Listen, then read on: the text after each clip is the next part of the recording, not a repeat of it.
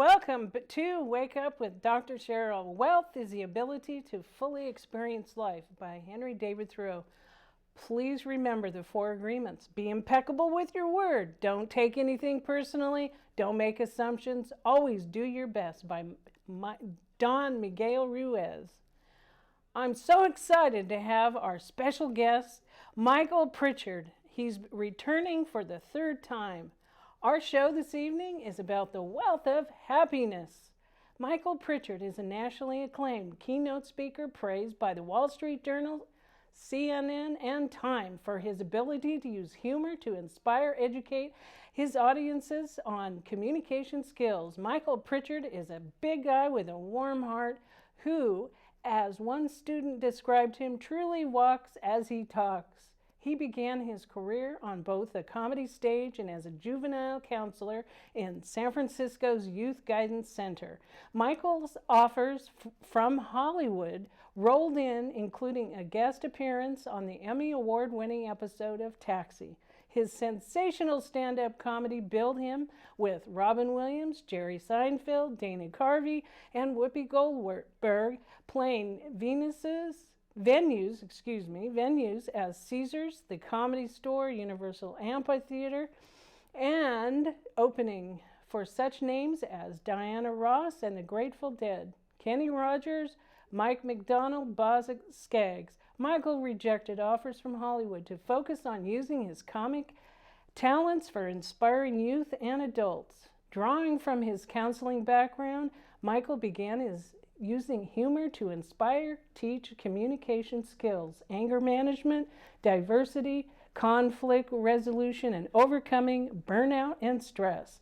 For his work in promoting nonviolence with youth, Dr. Michael Pritchard was awarded an honorary doctorate in humane letters from Harvard University and winning a 2001 Lewis Hines Award for Service to Children and Youth Certificate of Appreciation, and in 2002 Marin Community Foundation's Merle Buck Fund Award for Achievement in Promoting Nonviolence. As a result of his work, Michael has been featured on CNN, BC's The Today Show, The Tonight Show, CBS, Sunday Morning, Time Magazine, and People Magazine. Michael has too many awards and honors to mention all of them. His 7 educational series for PBS and distribution has been seen by millions and focuses on youth guidance in the areas of violence prevention. The power of choice. You can choose. Big changes, big choices. Michael is also featured in the Happy Movie. Michael is a wonderful example of wealth in his approach to humanity. He didn't compromise his integrity.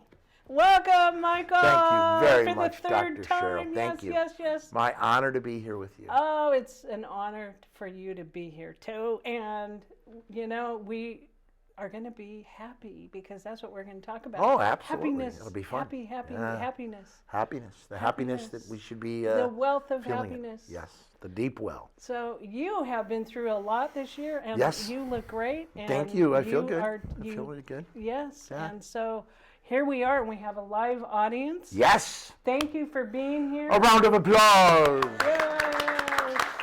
You totally rock, man. And you can ask questions or say comments whenever you want, and we'll get the mic to you.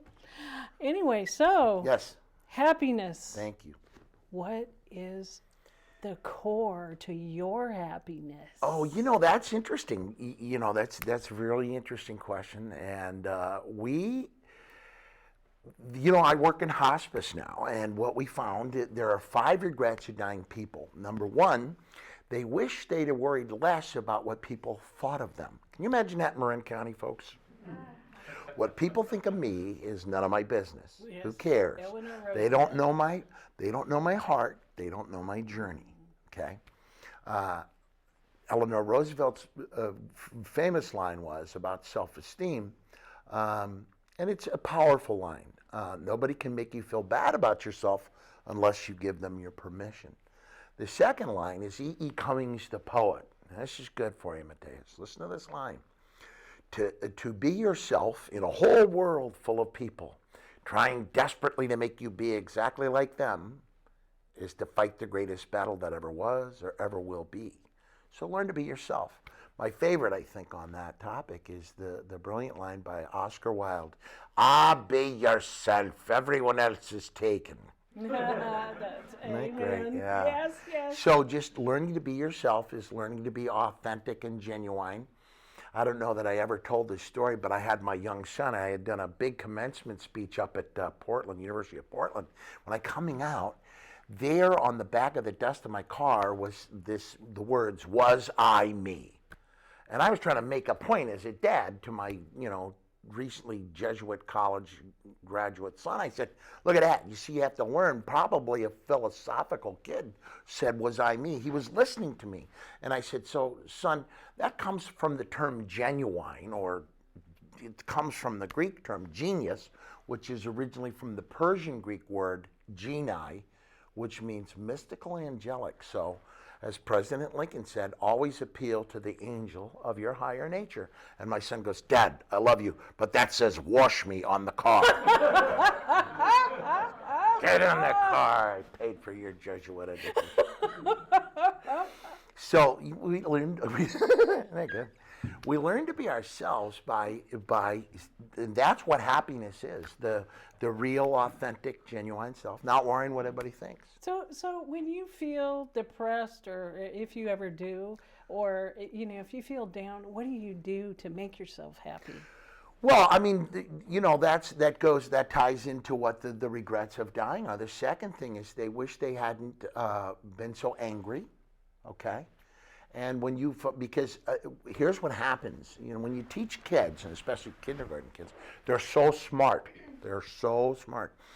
I tell them, I talk about heart a lot, and being in heart, being a heartfelt person. I teach social emotional learning. So the line I tell them is that to know that Helen Keller was asked, "Oh, Miss Keller, it must be hard for you to be blind." And she said, "Well, it would be if I had no vision." Right. Yeah. So we see with our hearts, and that's the point. And so I said to a little kid, "What did you learn today by what I said?" And he goes, "Don't let their bad day be your bad day, or your bad day be their bad day. Don't play angry tag with people." And I was like, wow.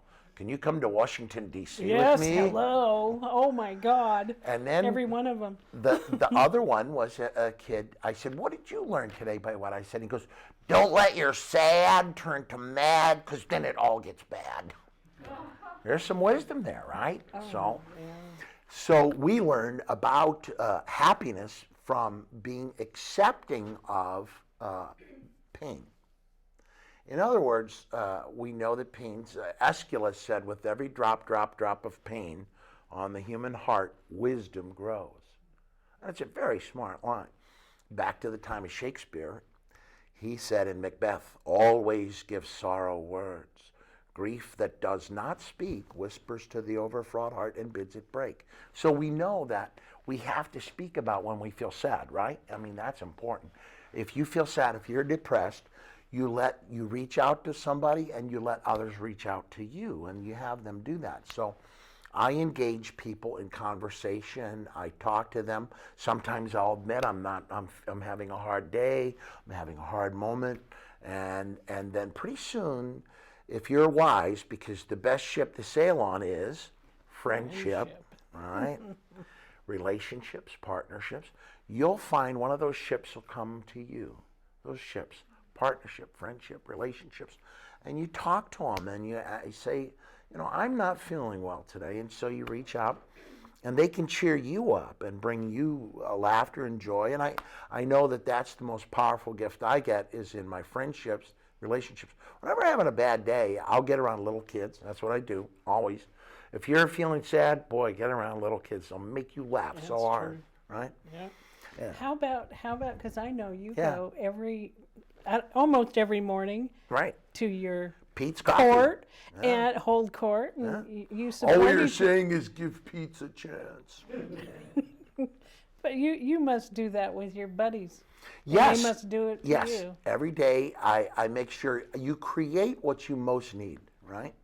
And so you have a group of folks. There was a moment, this was pretty instructive, about that. We were sitting one day, And everybody was laughing raucously, happily, raucously laughing. We're happy.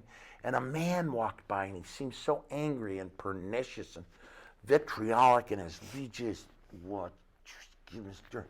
And myself and another older man, Bob, we looked, and he kept walking by, and everybody's laughing, having a great time.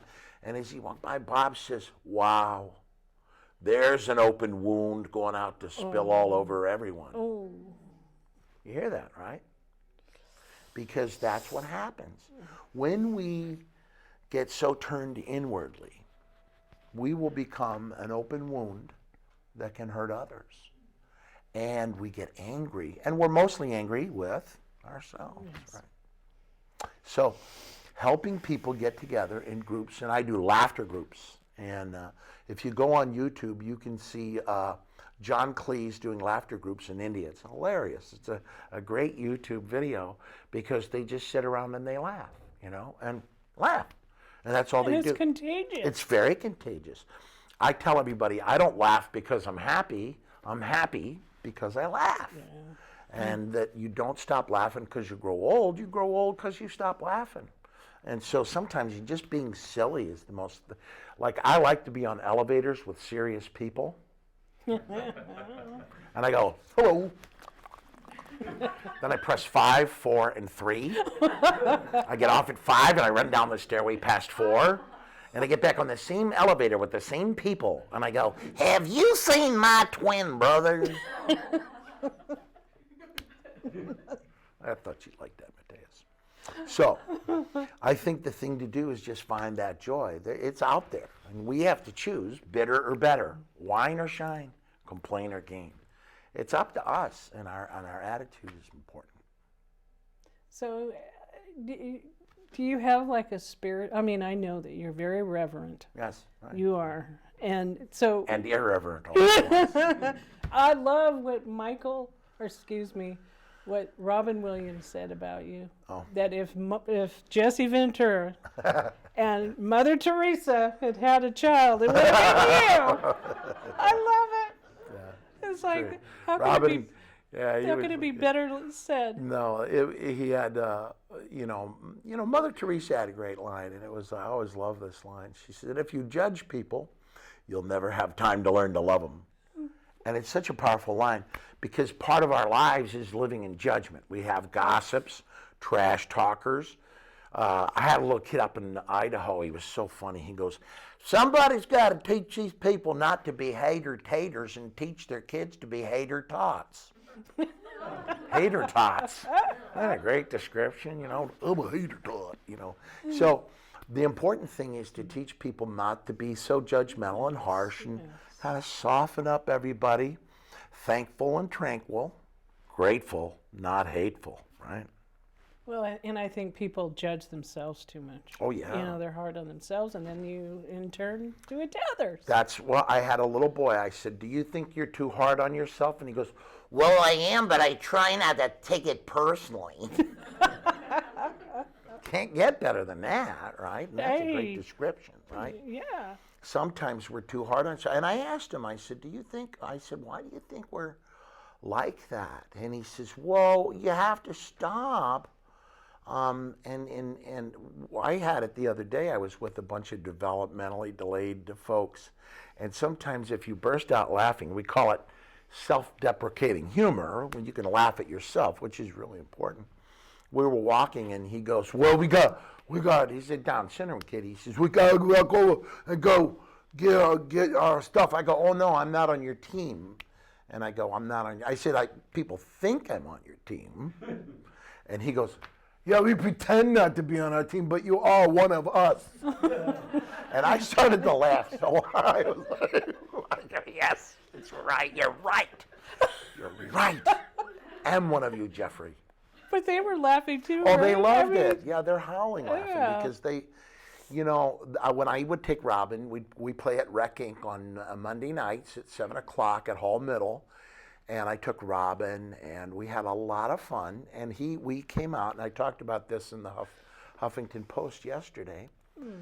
He says, why do I feel so great when I come out of there? And I said, well, everywhere else in the world, you're on give. But when you come here with all these loving souls, you're on receive. Yeah. So you're replenishing yourself. And he goes, that's right. And I said, that's the truth. Boy, and he gave and He gave gave. and gave. He was exhausted, Yeah. you know, and you try and teach everybody, and this is for all of us to learn that you can give away too much. What's the difference between a codependent and a zombie? Eventually, a zombie will move on. What's the difference between a codependent and a pit bull? Eventually, a pit bull will let go. So you can't be giving so much of yourself out that there's nothing left for you. And you have to make sure that you're a glass of water, right? The glass of water. Yeah. And that you're there all the time. And watch your temper. Anger past 30 seconds is ego. I had a kid the other day at the jail. I was up at the jail and he goes, the ego is not your amigo.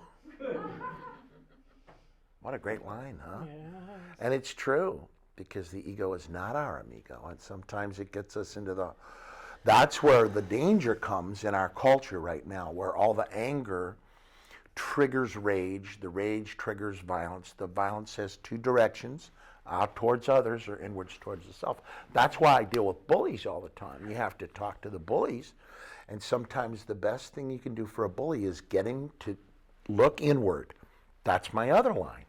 Wait till you hear this. This is another great line from a kid. I said, I was up at Hamilton at the school in second grade, and I said, you don't have to blow someone else's candle out to make sure yours shines brighter. And I said, that makes sense? And they go, yeah. And a little while later, a little second grader raises her hand, and she goes, Mr. Mike, if you do go around blowing out other people's candles and bullying people, eventually you'll be the one in the darkness. Ooh, that's good. Isn't that perfect? Second grader. And Wow. the teacher and I were looking at each other, and that was Gracie Gatlin, my good friend. Gracie asked me to go there to talk to the kids, and because she has a little brother, Adam. We call him Adam Bomb, and he's a special needs guy, and he's my godson. So we're doing a big event this week on the 30th of this month at Buck Center Theater called Uplifting Down, about Down syndrome children in Nigeria. So we've filmed all this stuff about trying to help globally people understand how important. I always call Down syndrome children the spies from God. Little angels. Yeah, they are. They teach love and compassion and kindness. And I'd love to see that they're out in the world doing their thing. Yeah. Working. Right. Doing. It's finally the society has opened up enough to allow that to happen. We're figuring stuff out, right? Yeah, slowly but surely. Yeah. Slowly, too slow. Wake up. And they're the best at teaching us happiness. Yes. And sometimes they're ridiculed, shunned, shamed, and isolated, and they self-isolate trying to understand. And it's important for us to make sure we teach community unity and the unity of community. So it's And really when I'm around them, they're always laughing. always joyful, hugging, affectionate, kind, thoughtful, silly, playful, and very inquisitive, and they want to see things as they unfold. And so it's up to us. If we know we can learn from everybody. They teach us so much. They're remarkably gifted at teaching love, and they're remarkably gifted at teaching affection and kindness and thoughtfulness, and that sensitivity is really important to us. And sometimes you see the very uptight and the unrelaxed get very awkward and uncomfortable about special needs kids. And the more familiar we help them get, because check this line out, fear is the little dark room where negatives are developed. So if we learn to not be afraid, and we get fierce comfort, isn't that good? Fierce comfort. Fierce comfort. Yeah. I like that. Yeah. And that means we just relax into ourselves. My favorite line was one of the guys goes, "Did you know that elax ray is the pig Latin for relax?" We should be shooting people with the relax ray, getting them to not be so uptight. Yeah. Not good. So that's where happiness comes from, finding ways through yoga, meditation, not medication, Yeah. unwinding from it, letting go, remembering that nobody can get your goat unless you tell them where it's tied. Sierra, I love you, man. And that's the second thing is, sometimes if you don't let go, you get dragged. Sometimes you just gotta let it go, surrender it up, and don't revisit it. That's a big one for parenting. Right. Letting go. Letting go. Letting go of the kids when it's Right. time. Figure your trigger. Figure your trigger. Figure out what your trigger is. What makes you so upset or fearful or angry or apprehensive or anxious? And try to work on those triggers so that you don't get so uptight about it. And you try to be the psalm of the balm of calm. Gotcalm.calm. CALM, calm.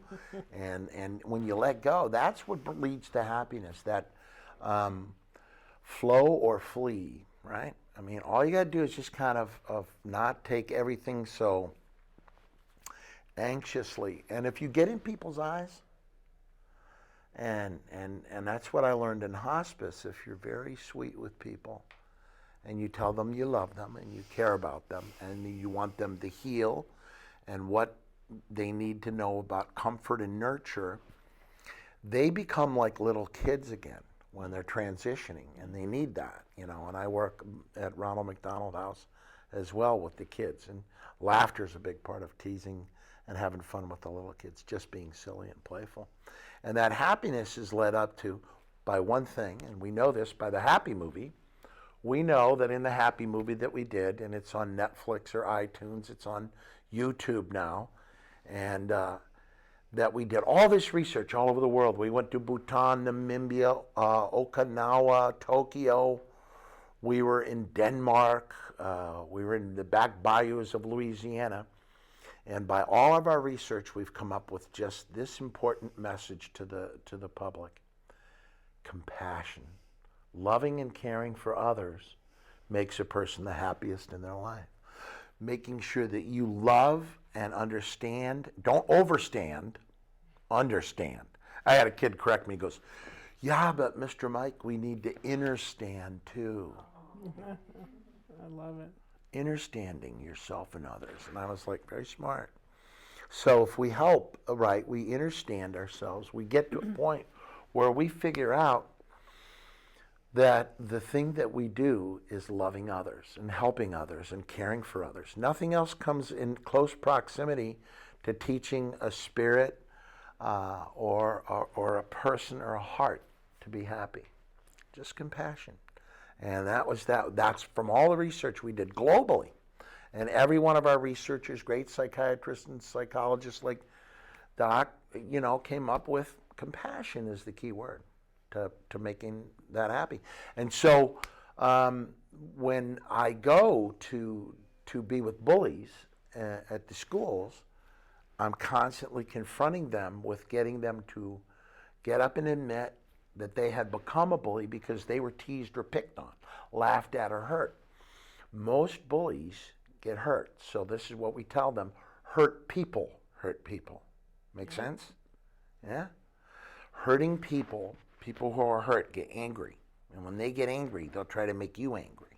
Remember what I said about angry tag, toxic tag? That's what can happen. And each and every one of us who gets bullied or teased, ridiculed or laughed at, it's important for us that, number one, stand up for ourselves. That's important, Everybody needs to stand up for themselves. We need unconditional love. Right, exactly. And people don't understand. Don't understand how to do that. Well, you forgive them, but what you also have to do is use your words as shields and not as swords. Yes. Defending others and yourself. Dr. Martin Luther King's line is, it's not the bullies that hurt us the most, it's our best friends and classmates that don't defend us. Right? And the second line is by Cesar Chavez. There's two forces in the world, the force that pushes people down or the force that lifts people up. Choose. And so if we're smart, we choose to be a person who lifts people up, encourages them. That's that French word, encourage. Courage is the word for heart, courage. And encourage others, not discourage, take strength away, right? You know, you have been through a lot this last year. Yeah. And a little heart surgery. woo-wee. Yeah. And you look great. I feel good. And you obviously you've come through it. Yeah.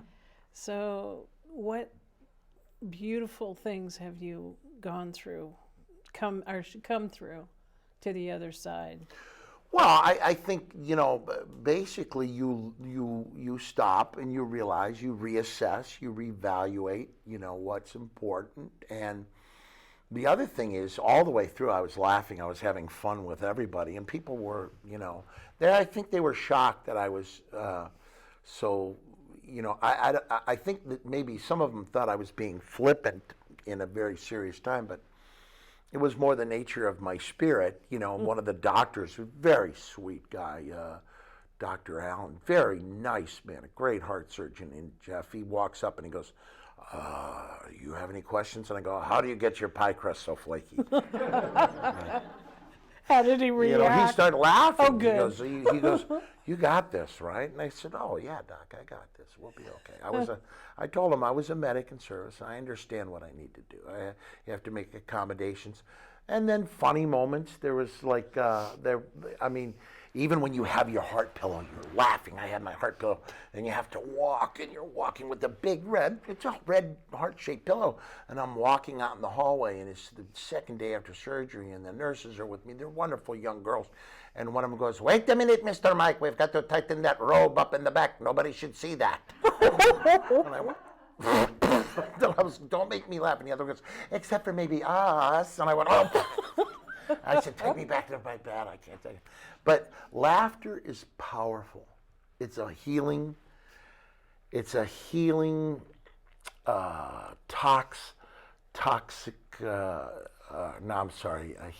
toxin to you, to your heart. It can help you.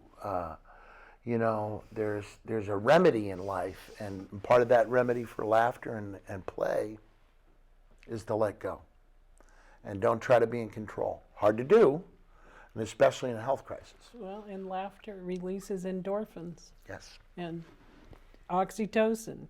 Yes, that's the word I was looking for. Yeah, Oxytocin. which is the hormones and the chemistry that go throughout your body. It's a medication. Yes, it is. It's a natural medication. Right. And, when you learn to use laughter and play and fun and silliness and frivolity and, not getting so fearful, and they are some of the best remedies for your life. And if you're seeking happiness, the joy of happiness is one thing. The joy of happiness is letting go.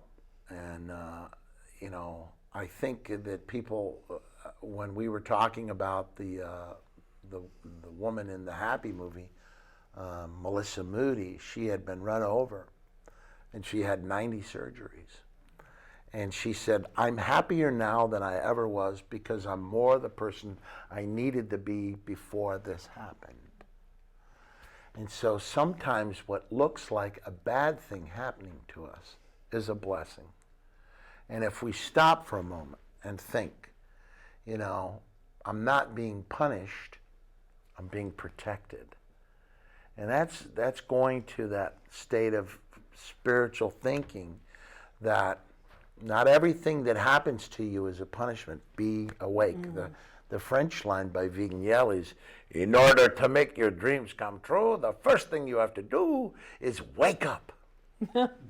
Such a great line. Oh. And that means to be conscious, right? Absolutely. And consciousness is what it's really all about. And I think that one of the biggest blocks for the human condition is fear.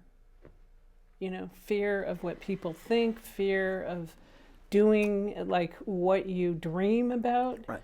the fear of doing it. And, you know, the only way you can get through fear is to walk into it, walk through it. I had a 12-year-old in Lake Winnipesaukee, New Hampshire. Very bright girl. She goes, I refuse to bow down to bullies, and I refuse to be a slave to the fear that bullies bring. What a line for a 12-year-old girl.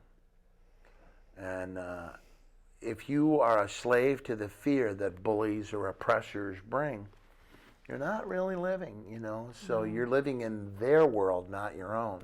And that's why the key to that is being happy. And the key to happiness, of course, is compassion. Don't judge the angry, bitter, visceral person. See them for what they... we don't know what they've been through, you know. Yes, exactly right.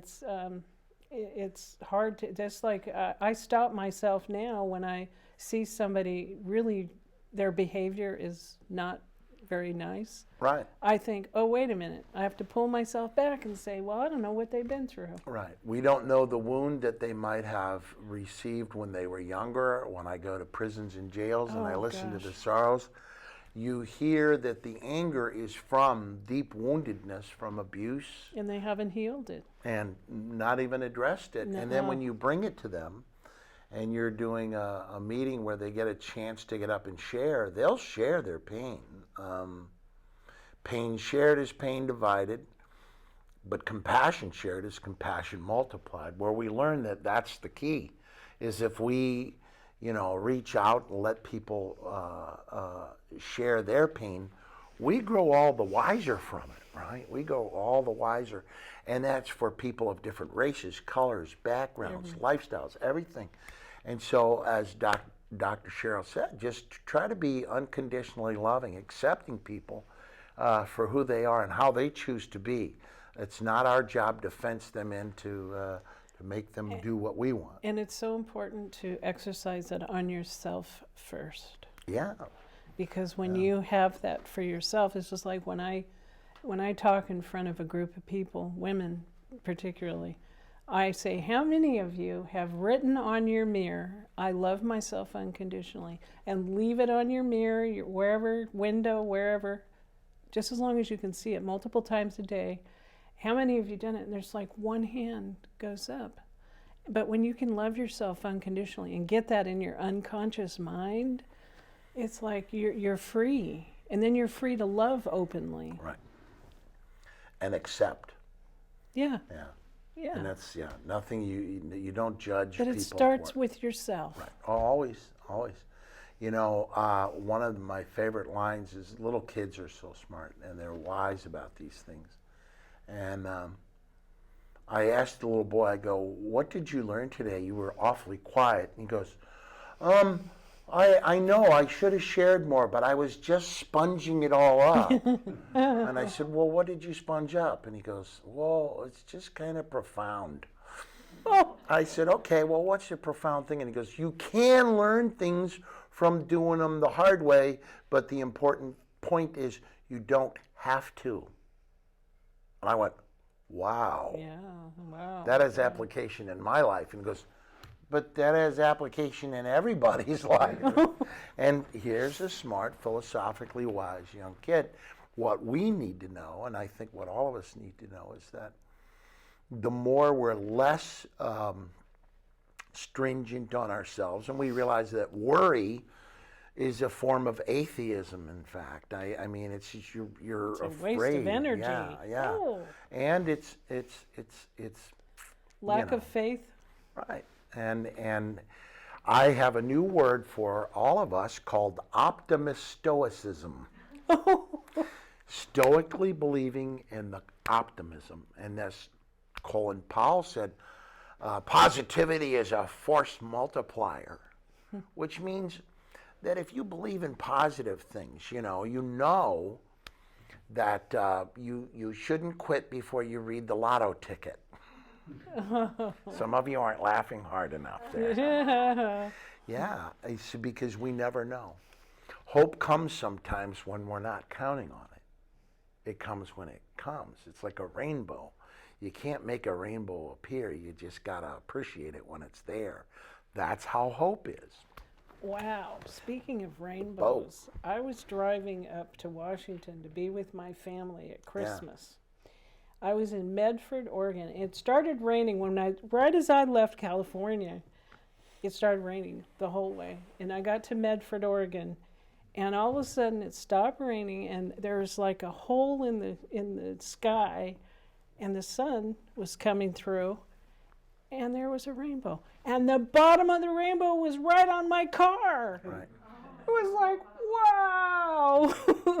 wow. I was like, usually it's out there or out there, but it was like right here. It was like, oh, and about 30 minutes before that, I said, okay, God, give me a sign. Right. Right. There it is. Whoa. That's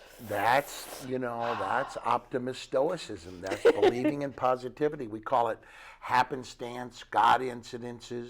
I tell everybody. Synchronicity. Yeah, synchronicity, serendipity. Yeah. And my favorite one is coincidences are God's way of remaining anonymous. Yeah. Yeah. And it's really important for us to kind of just allow things to unfold. Normal's just a setting on a dryer, but so is delicate and gentle. I'm heavy duty. So you get that setting that you're set to, and we're not going to predict how things will unfold. We call it life, right? That's right. Every day's an adventure. And that's why it's important to struggle for your happiness. And happiness is always a struggle. What I tell people is there is no struggle between light and dark. When the light arrives, the dark dissipates, right? You can see it dissipate. So that when you're realizing how important it is for each and every one of us to check this line out now. That's what I tell kids. Don't just bring the light, learn to glow in the dark. Right? Be that glow in the dark that everybody wants, right? And be around it. Yeah, exactly. Does anybody have any questions? Anything they want to ask? I could throw a couple things. Yeah. All right. Sierra. All right. Good Sierra. buddy. You know, when you were talking about developmentally delayed people that you're hanging out with, it's like I immediately flashed on like businessmen and politicians because we have a kind of a warped sense of what's developmentally Yes. appropriate. Right. I understand what you're saying. And I mean, here's what's interesting. If we wanted the politicians and the leaders in our world to understand, we would put them with the folks that teach love the most. There's so much heart there. Yes. And healing heart and acceptance and allowing, right? And you know, also all the fear. And I was also thinking about just a story of, I mean, it's been attributed to all kinds, but I'll just say a person that's walking through, say, a town every day and somebody else has got different political views, and an old woman or an old man up above basically throwing garbage on this person every day as they walk through town or whatever. And it's like one day that person isn't there to throw garbage on them or berate them or whatever, and the other person goes up and inquires, like, you weren't there today, you know, how are you, and, you know, what's going on, and basically how to, like, you know, have some concern and care for, you know, those that are heaping everything on us. And I also, my friend Shabdas, you'll like this, maybe you've heard it, and he suggests living with basically unfounded optimism rather than, you know, living with pessimism fully based on fact. Right. Yeah, that's exactly right. Yeah. I don't Hope. watch the news. Yeah. I'll read some stuff, but I don't watch the news. I don't want that garbage going in my head. You don't want it in, but I think we also need to witness it or somehow contain it because it is here and it is Right. real too, and we can't I just read. yeah, but we can't just push it away because there is a lot of stuff happening, and Oh, I think if we don't acknowledge it or witness it, that somehow we're also allowing it to continue. We're not standing up to the bullies and saying no, because I mean, there's a line between, you know, feeling good and like not witnessing or not taking it on, but also acknowledging it, witnessing it, and just saying, no, it's like, this isn't. And then being a moral compass as well, because Dr. King's line is, there'll come a time in your life when you can do the right thing or look the other way. If you look the other way, your spirit's already dead. And we are part of that. Since we're all one, you know, we're part of it too. And I mean, I drive in the city every day, almost every day, and I see the 10,000 homeless, and it breaks my heart. But there's like tent cities all over. There's 10,000 homeless. You don't even have to drive in the city, just walking I over just here. saw them right here. My father's this office morning. when I grew up was the next block down on B Street. And I mean, this is like home front newspaper routes on 4th Sure. Street. And, you know, there's people camped out over across the street there. We walked by somebody talking to themselves without a cell phone and Bluetooth. And, I mean, it's here. It's a big city, and there's a lot of homeless and a lot of... I saw today when I was walking to the studio. I haven't been here for about a week, and there was just about 5 more people that I noticed right down the street. And you know, it's... I will tell you that I just worked with Margaret Cho on a movie called Be Robin, which started off a quote that I gave to her. She was so demoralized after the death of our friend Robin. She said, I don't know what to do. And I said, well, don't mourn Robin, don't grieve Robin, be Robin to someone else. So she began to help the homeless in the city of San Francisco. There's an overwhelming number of homeless in the city now, and they're trying to push them aside for the Super Bowl so things look good. Oh, totally.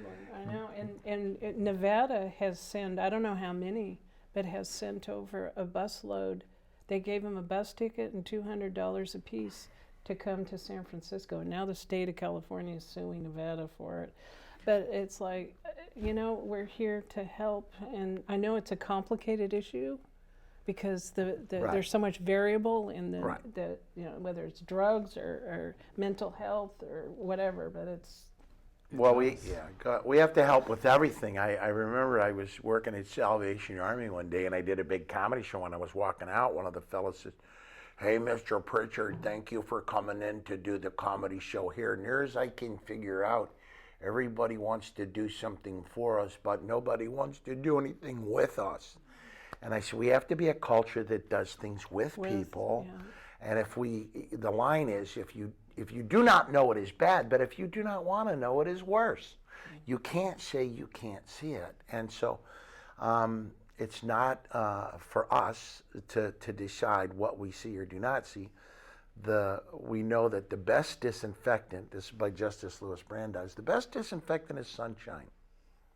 So bringing things to the light of day, we know that truth and love are sisters to justice.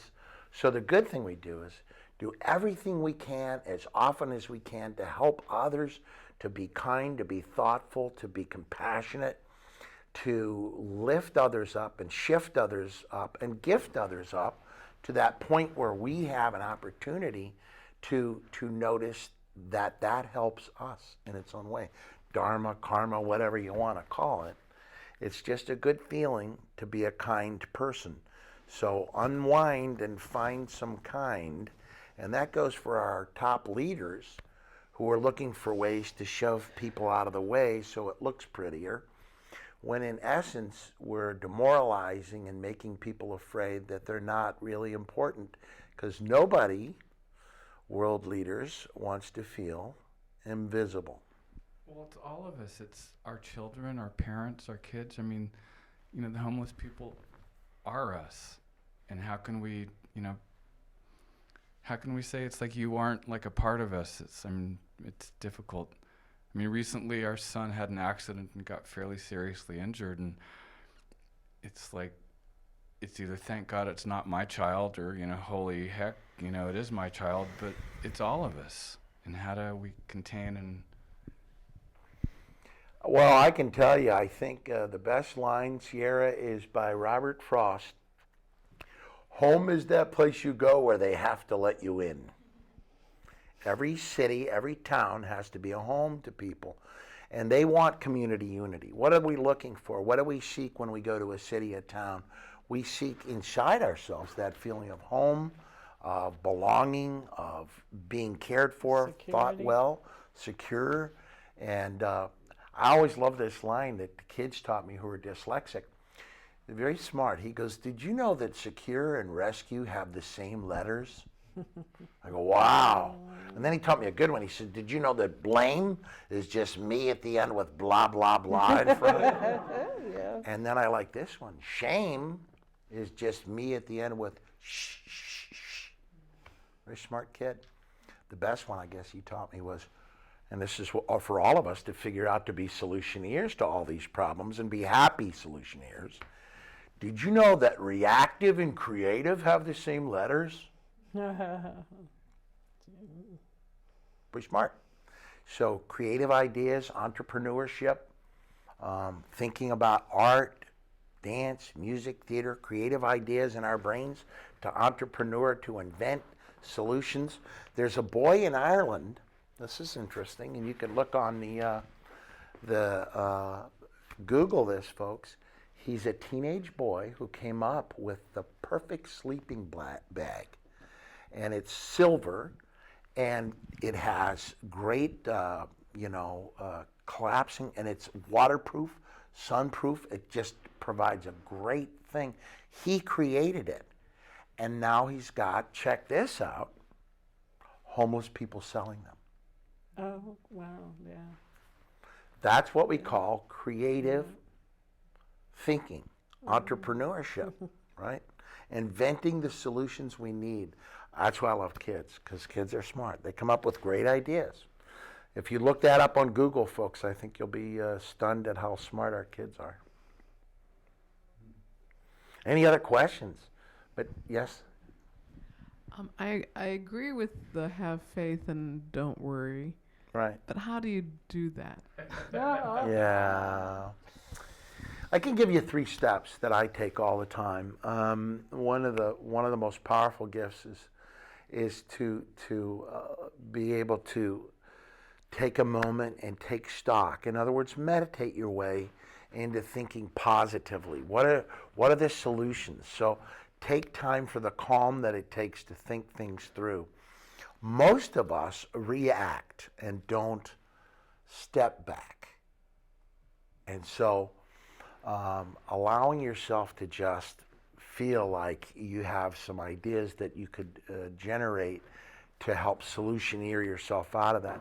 Second thing is positivity, really believing in that faith and that optimism, whether it's prayer. I always tell everybody one of my favorite lines from a kid was, courage is just fear that has said its prayers. And then the last thing, of course, is surrendering what we can't control. You know, we can't make everything perfect. In fact, that's one of my favorite lines was in a bar in this city. It made me burst out laughing. Connecticut, we're not happy till you're not happy. Nancy, one thing that I'll share with you that I have practiced about 25 years ago, and thank God for the Science of Mind, because I learned it through them, is whenever I start thinking negative or worrying, I catch myself. And it worked for me, is I would say, stop! You know, I would physically and audibly say, stop, stop. And I just got in the habit of doing that. And now it's like a switch. But if you get in the habit of just switching in your brain, you know, your mindfulness, switch it. It's really not that difficult. It's just getting in the habit of it. Mindful and kindful, just like Doc says. And I think we always say, you know, first thought wrong. Right? First thought wrong. And then move on from there. First thought wrong. Everybody does that. We immediately go to the negative. No, this will never work. A cynic is somebody who walks into a room full of flowers and goes, there's got to be a coffin in here somewhere. Oh, okay. And the key here is to know a cynic is somebody who knows the price of everything and the value of nothing. And sarcasm, and when we practice self-sarcasm, because That is a toxin as well to the spirit. Sarcasm comes from the Greek term, the tearing of flesh. So, if things make us bad, if cynicism makes us feel bad, if sarcasm, if gossip, if jealousy, if hostility, of self-hostility makes us, do what you can to start eliminating those practices and start bringing, instead of acid to the system, alkaline, healing, laughter, joy, fun, play, positivity. Everybody asks me all the time, how do you stay positive? And I go, you have seen so much grief and sorrows and sadness, and you have listened to child abuse and child neglect, and you've listened to people who are dying, and you've listened to people who are wounded and stuff. How do you stay positive? And I say, it's really simple. I choose to be self-compassionate. Yes. Amen. Yeah. Amen. Anyone else? Any other questions? This has been fun, you know, and I think we learn from each other. So, if there's anybody wants to say anything, let me ask you guys something. What'd you learn? How about you, Mateus? What did you learn?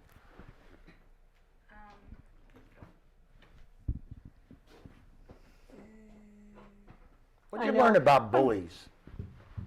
I'm putting you on the spot. I'm That's sorry, okay. but you're, you know. He's a smart this guy. is comfortable. He's brilliant. For you. Yeah. I don't know.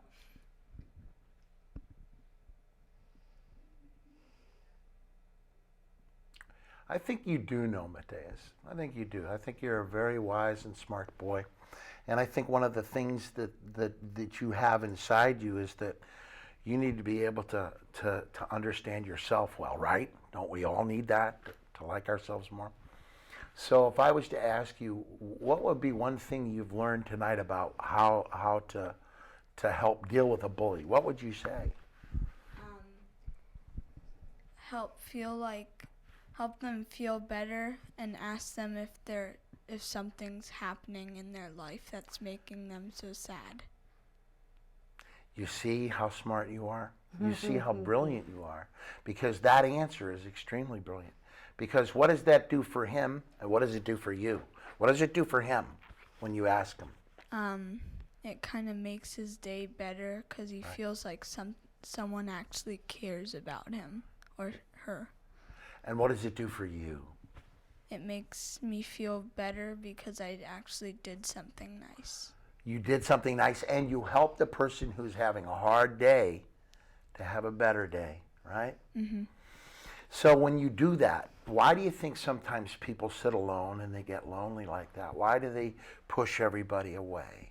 Because they're having a hard time in life. Right. You see how smart you are? You see that if we wait and we wait for your wisdom, we grow wiser. I tell kids all the time, brain wise, heart smart. And you are brain wise and heart smart. Thank you. Give him a big round of applause. Thank you. Anyone else? All right. You sure? Anybody? One last chance. I'll go. Yeah. Yeah. I have an ongoing dilemma Sure.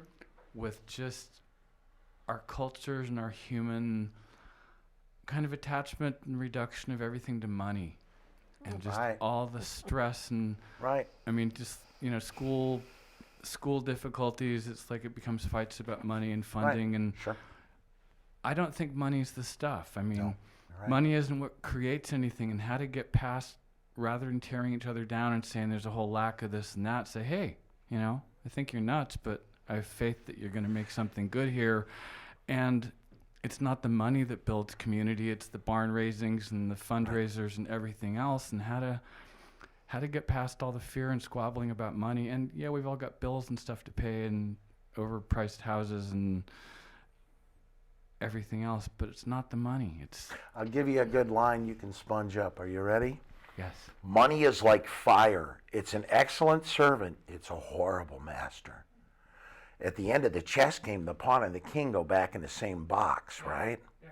I tell everybody, and my favorite line is the pharaohs of Egypt thought they were taking it with them, but it's actually at the Rosicrucian Museum in San Jose.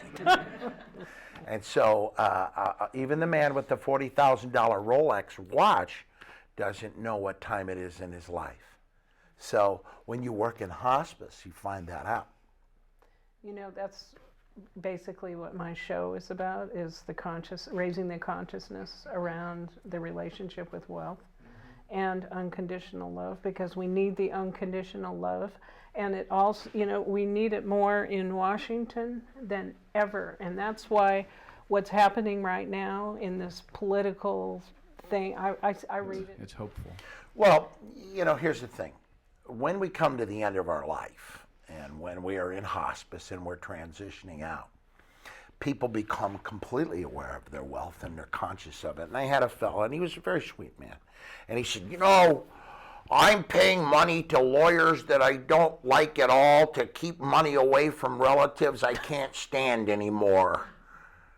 And I said, wow, what a sad place to be in, right? Wanting to hold on to it all and resenting who you're leaving it to. And I said, what have you learned from that? And he goes, I'm an idiot. How do we just say yes to stuff rather than just tear each other down? And Well, I mean, here's the thing, Sierra. You're a great 60s guy. You understand that during the period of time of our lives when we were young. I know I'm 66 years old, and in 1968, you know, we have opportunities to learn that war, as described by the Baha'u'llah, the Baha'i faith, is when the losing private and the winning general are buried in the same ditch on the side of the road, and a line is moved an inch to the left or an inch to the right. We had a man who was very powerful who pushed that war. And when I introduced Joan Baez at the, we were in Berkeley, at the Freight and Salvage, and I was up and I was doing my Nixon impersonation. What did Nixon say in '74 when he was leaving? This is very powerful. There are people out there and they will hate you, and they will only win if they get you to hate them back. Then you begin to destroy yourself. And I wanted to go, gee, Dick, where were you for that memo in kindergarten? What comes around goes around. Yeah. The good you do will come back to you, but the bad you do would be sad for you. And the key is, our leaders need to learn, right, that they're responsible for us too, their well-being. It's not just about them, right? But and it's that's the issue. It is about them. I their pocket. I is illness, we is wellness, right? Yes. We take care of it. Oh my goodness. Well, we are coming to the end of our show. All right. Thank you so much, Michael. Oh, man, everybody in Marin is always going like this. They're going, namaste. And I keep going, no, I'm Catholic, no mass today.